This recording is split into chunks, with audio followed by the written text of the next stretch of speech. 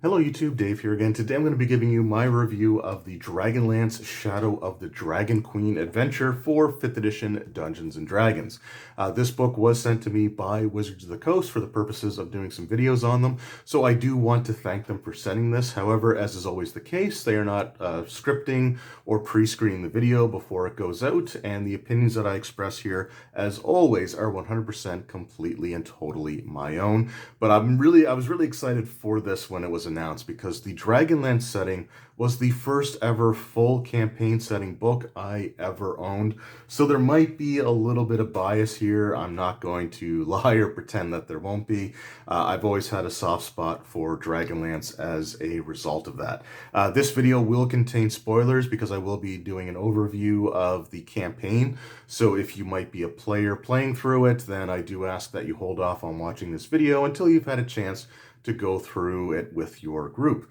So let's sort of get right into it, shall we? This is an adventure. This is not a campaign setting. This is a campaign, and I had mixed feelings about that at first, but I will say that this book does a really good job of giving you all the information that you need up front about the world of Krynn, the continent of Ansalon, and what makes the Dragonlance campaign setting unique. Enough that you'd be able to use this information to run adventures in the world of Krynn, just sort of filling in some of the settlements yourself if need be.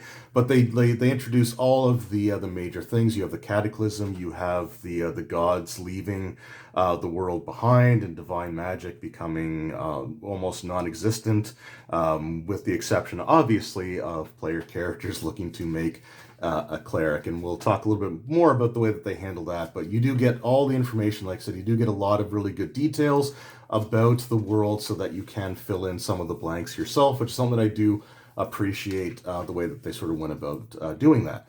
You have 2 new backgrounds as well as a new race to play and a new subclass option. The race available to you is the Kender, which are sort of well-known or infamous in the Dragonlance setting. Dragonlance typically just doesn't have the same creatures or races as other D&D worlds. For example, you won't find things like orcs or mind flayers or stuff like that typically in Dragonlance. And for your main playable races, you typically have your humans, you have your dwarves, your elves, and gnomes. And halflings are actually not normally native to the world of Krynn. Instead, you have the Kender, which are functionally very similar to halflings, but they sort of have their own sort of thing going for them. And they do give you some information on the different races. So, for example, you have the Sylvanesti and Qualinesti High Elves and the Kaganesti Wood Elves. They use the same attributes and all the same abilities of their player handbook counterparts, but it gives you a little bit of information on them there. One of the interesting things is that for the dwarves, you actually have the mountain dwarves and hill dwarves as sort of not really on friendly terms with one another. Hill dwarves at one point were exiled from the homeland of the mountain dwarves, tried to take it back forcefully, which didn't work so well. And now there's a bit of a distrust, sort of, we'll say, between the 2 different types of dwarves. Which, again, just a little bit of a twist on the typical different types of dwarves in fantasy and D&D. We have our gnomes, which they do like to tinker, so tinker gnomes are kind of a thing. I would also say that the Artificer class from the Eberron campaign setting is something that would very much fit in with this campaign setting, especially if you are playing a gnome. And we have our Kender. So Kender are famously curious and fearless, you might say oblivious to the danger around them. But they get some really interesting abilities, including the ability to taunt their opponents, giving them disadvantage on attack rolls that don't include the Kender as one of the targets. And based off of the way people talk about Kender, it's unlikely that they wouldn't be the subject of an attack. But yeah, we'll get into that in a separate video. I'm not going to go over all of the abilities that they give you for the player character classes in this video. This is just meant to be sort of an overview and my thoughts on the campaign as a whole. But you also have things like the Tower of High Sorcery with the 3 different types of mages, the black robes, the white robes, and the red robes. And you have the different knightly orders, the Knight of the Crown, the Knight of the Rose, and the Knight of the Sword, with the Knights of Solamnia, and you have backgrounds for those, which actually, if you take the Tower of High Sorcery or the Initiate into the Knights of Solamnia, you actually gain additional feats that your character can take. And these are just granted to you when you reach the appropriate level. You don't have to sacrifice an ability score increase or anything like that. That's the way that they handle them. It's effectively a new class feature that you gain at that level. You just get to choose from a list. And again, I'll go over the different feats and different backgrounds in a separate video. And then we have the Lunar Sorcerer, which is actually kind of interesting as well, because the Lunar Sorcerer, instead of their like bloodline being what grants them their power, so instead of like a draconic or infernal bloodline, they actually derive their power from the different phases of the moon. Each day, a Lunar Sorcerer can change what phase of the moon they derive their abilities from, so full moon, new moon, or crescent moon, and they will grant things like bonus spells that they can cast, as well as things like increases to attack rolls and save DCs for certain schools of magic, depending on the phase of the moon, and some other abilities that might grant protective abilities or things like that. And at higher levels, you can also sacrifice sorcery points in order to change the phase of the moon that you draw your powers from, and even eventually be able to cast bonus spells after having changed from one phase to the other. So again, some really, really cool stuff in here. And yeah, I really like the way that they handle everything. And I actually should apologize right off the bat. The different moon phases, they don't go for the schools of magic. That's the Tower of High Sorcery. But they do grant you some other abilities, like advantages on certain skill checks, stuff like that. So I just want to correct myself before I get too far into it. But I will do a video, like I said, going over all the new player character options, and we'll go into a lot more detail in that video. So we start with our adventure itself. This does run for levels 1 through 11, which is kind of the bread and butter of D&D. It's typically, market research and even my own personal experiences kind of dictate that those are the most commonly run levels of character progression. So, it's just going to be what Wizards of the Coast is going to focus on from a marketing perspective. But I think they actually did a really good job with the level range in this campaign. The adventure begins with each of the player characters not necessarily knowing one another when it begins, but they do receive word that a mutually known NPC has recently passed away, and they've been invited to the village of Vogler to attend the funeral and the wake for that individual. On their way to or before they depart for Vogler, there are actually these prelude chapters that you can run for the players and your group, and I definitely recommend going through these. And you don't have to have the entire party together for these. Like, some of these are much more personalized depending on the choice of player character. So again, during this point in time, the gods have seemingly abandoned the world of Kryn, so divine spellcasters are very much uncommon or incredibly rare. So if you have a player that wants to play a cleric in the Dragonlance campaign, then the best thing to do is actually run them through the Broken Silence prelude chapter. It only takes, a few moments, like maybe half an hour to an hour, absolutely max, for each of these prelude chapters. But essentially, they are drawn to this, ruined or undiscovered temple, to the god that they will be drawing their powers from. And when they go through and find the statue, which contains, I think, the holy symbol for the deity, the character at that point can actually start using divine spellcasting and the channel divinity and all of that stuff. Once they leave the area that they were in, the temple just kind of disappears as if it wasn't there. So the character is essentially chosen by the deity to channel their magical energies. And again, divine spellcasting is incredibly rare at this point in time. So if the cleric uses those abilities quite freely or publicly, it's going to draw an awful lot of attention. not all of which is necessarily going to be good.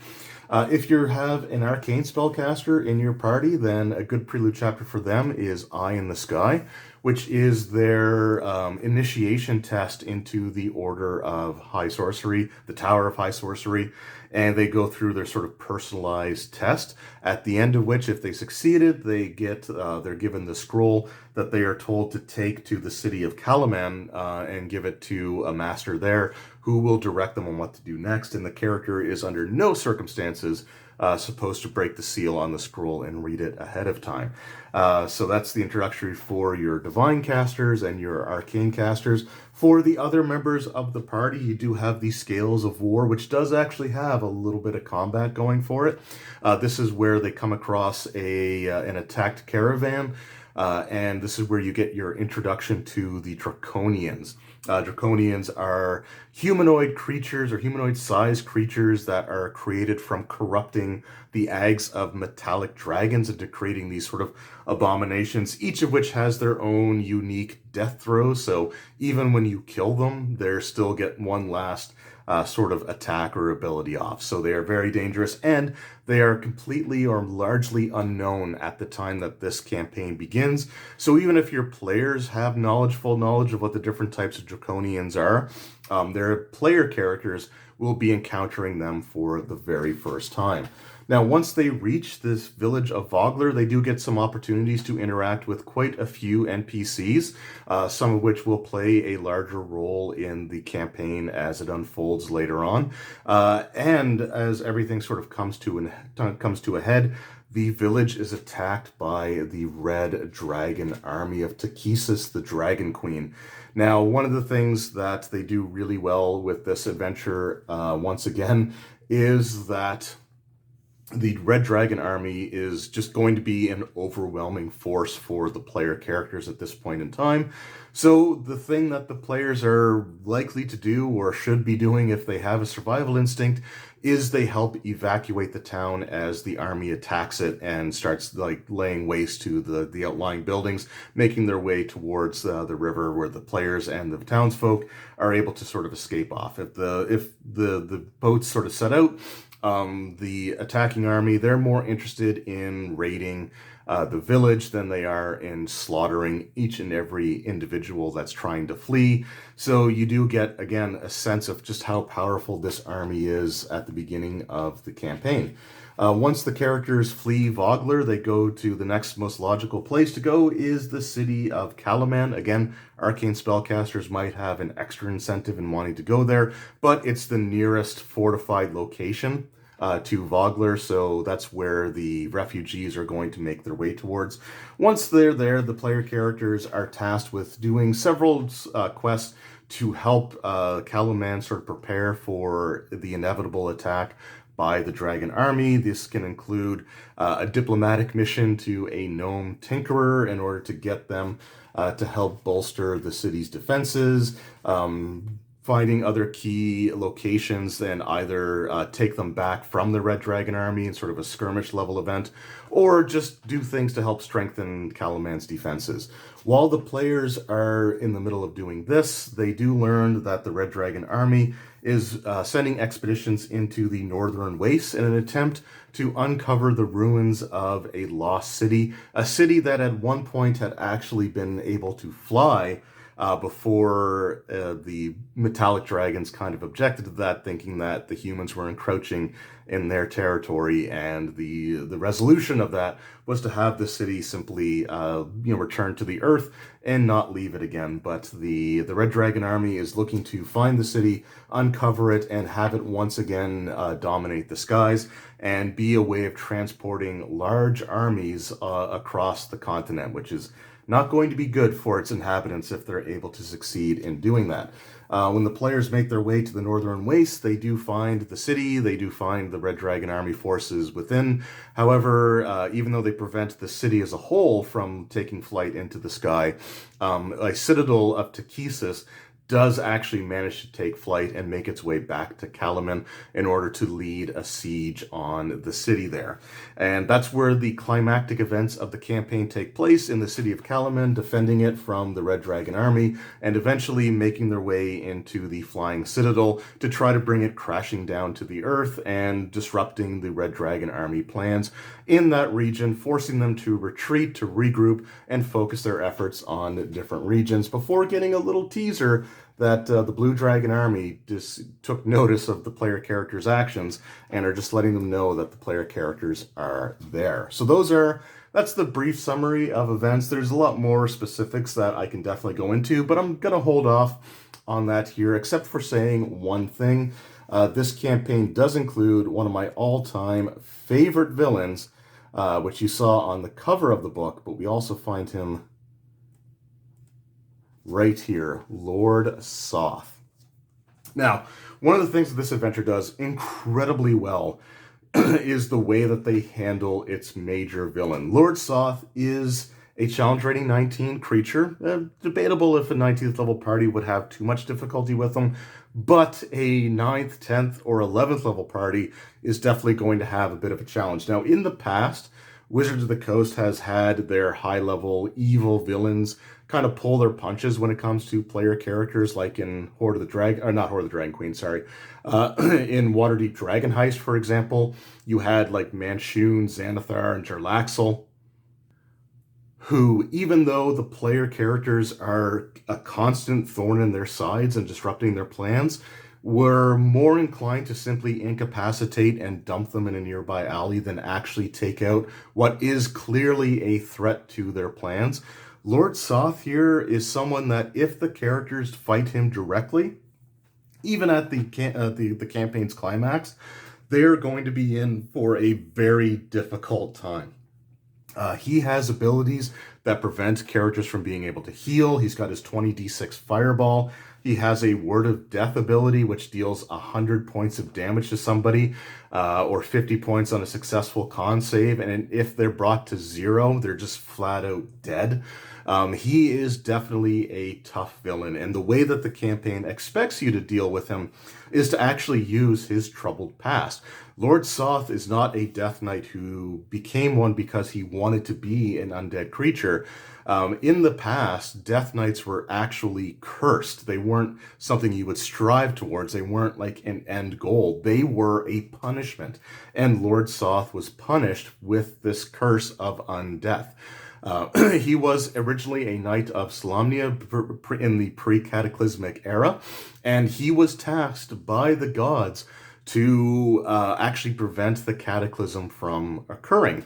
However, Lord Soth, instead of actually doing that which he was tasked with, let his own personal jealousies, his own personal agenda get in the way, and when the cataclysm occurred, he was cursed by the gods to suffer an entire lifetime of torment for every life that was lost during that event. So, needless to say, he's going to be stuck with that for quite some time. And his background, his torment, the curse, actually plays a large role with several NPCs that the players encounter throughout the campaign are actually manifestations of this curse, either individuals in Lord Soth's aid or assistance, or those that are seeking to torment him and remind him of his failures and of his curse all throughout these lifetimes that he has to suffer through. So they actually handle Lord Soth really, really well. There is a means of using that to distract him while the characters find what's keeping the Citadel afloat and are able to disrupt it. But if they choose to attack him head on, it's an option, but Lord Soth is not going to hold back. You also have the ability where you learn about Lord Soth's involvement pretty early on as well, but he's always in a situation or a location where the players just can't get to him. Like during the attack of Vogler, he can actually be spotted with several of his other lieutenants or his high-ranking knights with him. They're sort of overlooking the massacre of the village from a distant hilltop, so you can see him there, but there's no way to get to him. When he actually goes to Calaman to get this scepter here, which is actually enwreathed with the cataclysmic flame, that happens while the player characters are away, so they're unable to disrupt his plans. And when he takes the Citadel of Takesis and has it take flight, it's while the players are in the Lost City, but it's where they're too far away again to actually be able to reach him before that portion of the city takes flight and makes its way towards Calaman. So I think he's actually handled really well for a high-level villain. The players are aware of him, but they don't have the ability to actually run into him until the climactic moments of the adventure. And at that point, they better hope that they use their brains to take him, to distract him, instead of trying to take him on directly. Stat-wise, he's okay. His abilities are really good. I would say for the Cataclysmic Fire is 20d6 Fireball. I would honestly recommend rolling the dice as opposed to using the average results that they provide here. You might get less, you might get more, but he's got some pretty powerful attacks and some pretty decent abilities.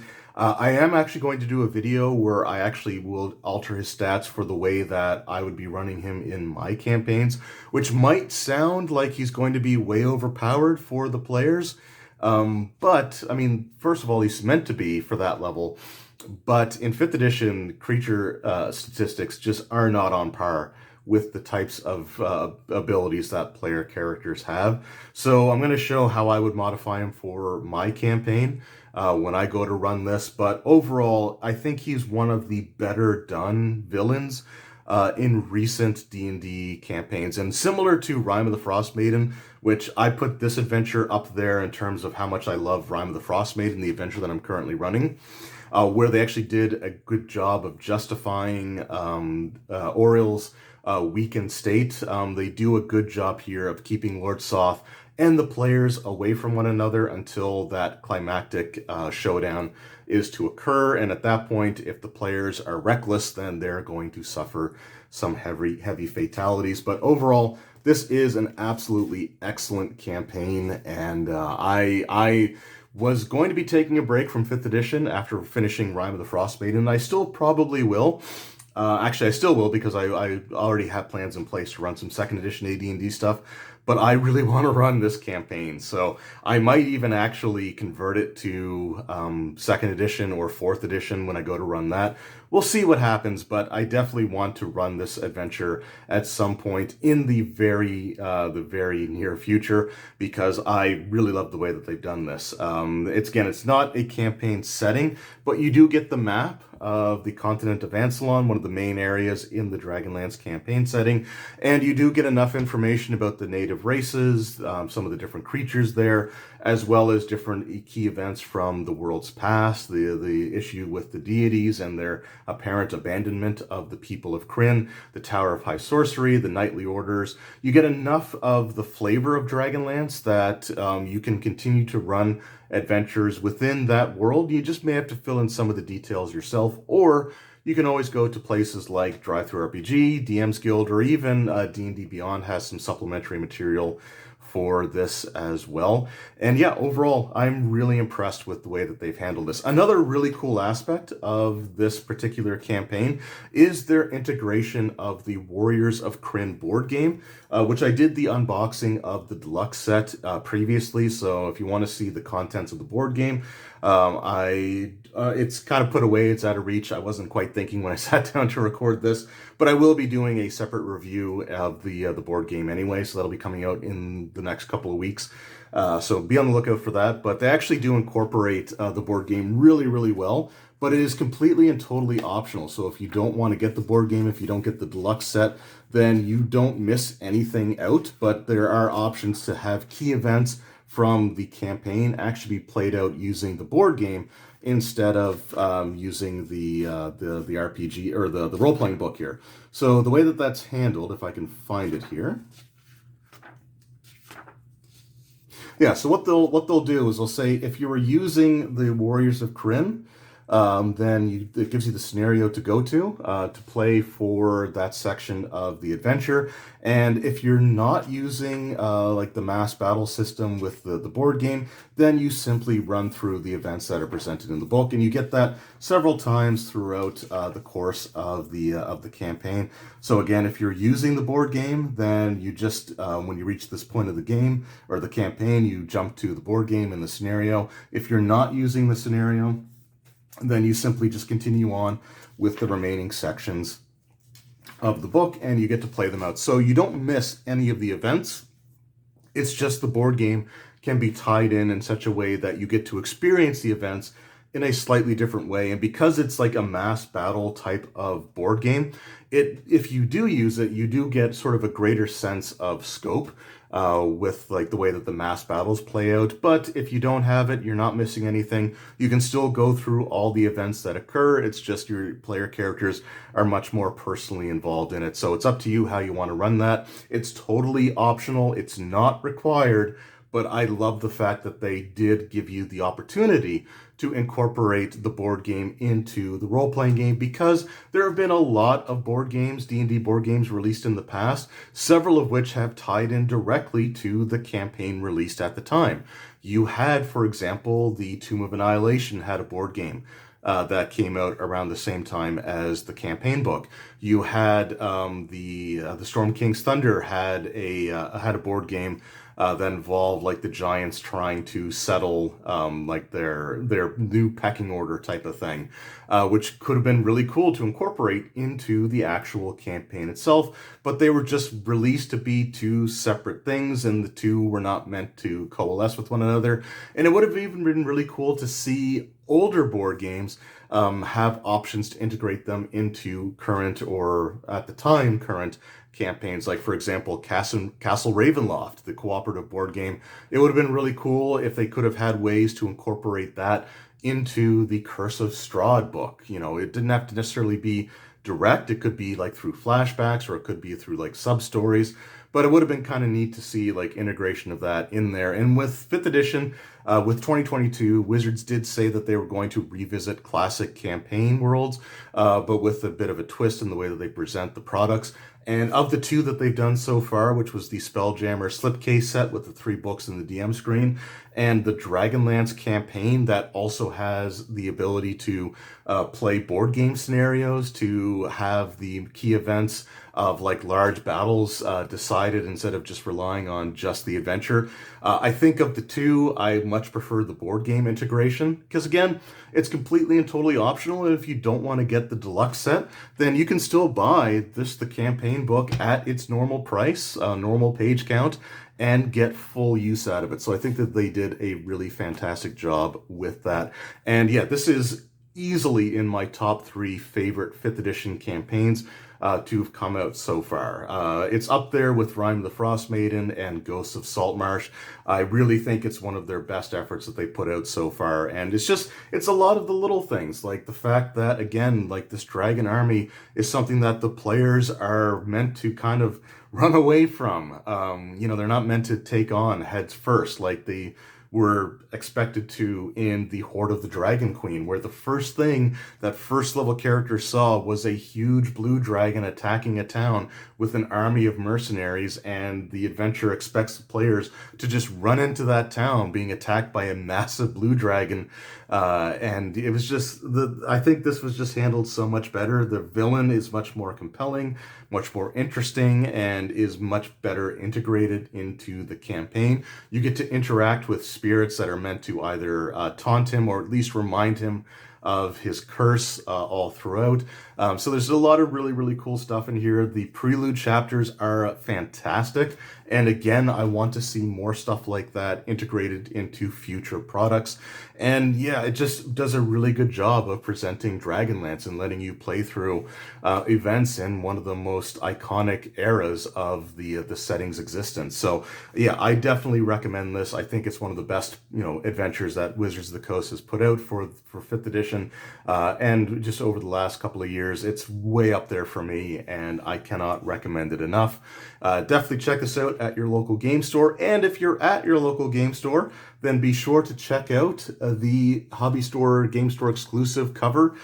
This is my favorite Game Store exclusive cover that has been put out so far. And there's been some good ones. There's been some questionable ones, but there's been some really good ones. I really like the Eberron, the alternate cover for that. The Rime of the Frost Maiden also had a really cool looking alternate cover. The Fizban's Treasury of Dragons, which Fizban was an iconic character in Dragonlance, by the way. That has a really fantastic alternate cover, but this one with Lord Soth's helmet and just his red glowing eyes staring at you ominously with sort of the metallic shine to it.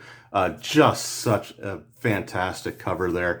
Absolutely love it. And yeah, check this out at your local game store. And I will be doing some more videos on Dragonlance over the course of the next couple of weeks. I will be doing a video going into the player character options in more detail. So I know I probably messed a couple of things up in there when I was talking about it earlier. It's like 1 in the morning when I'm recording this right now, but I will be going into that in more detail. That video will be out in about a week's time, and I will also be doing a review of the Warriors of Krynn board game, and just sort of again how that ties into the campaign. But as it stands right now, this is easily in my top 3 favorite 5th edition campaigns. It's one of my favorite campaign settings, and I'm really glad to see it actually get some love nowadays with 5th edition. There are supposed to be some new novels coming out for Dragonlance as well, so if you are a Dragonlance fan, this is a good time for you, and definitely recommend checking this out. By the way, the map that is sort of the background for this video, this is the map that actually comes in the book. It is single-sided. So there's nothing on the other side. You're not missing anything out, but you do get the continent and some really fantastic artwork there. You have Takesis in her draconic form as well as her humanoid form that she sometimes takes on. You got some of like the Knights of Solamnia, just some really beautiful artwork. And again, the artwork in this book is really fantastic. And yeah, I just go to your local game store, wherever you get your RPG supplies, and definitely check this one out. Anyway, once again, thank you to Wizards of the Coast for sending these out to me. I really do appreciate it. And thank you to each and every one of you who've taken time out of your day to watch something that I've made. You have no idea how much it means to me. And I will see you all next time. Until then, take care.